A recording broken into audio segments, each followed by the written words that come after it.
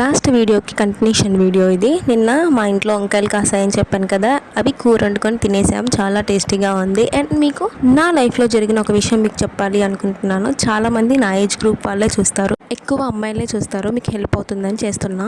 మన లైఫ్లో మన own brothers and own sister కన్నా మనం బయట వాళ్ళతోనే కొంచెం క్లోజ్గా ఉంటాము. వాళ్ళతోనే అన్నీ షేర్ చేసుకుంటాము. మన లైఫ్లో ఏం జరుగుతుంది లేదు అంటే వాళ్ళతోనే కొంచెం ఎక్కువ క్లోజ్ ఉంటాం.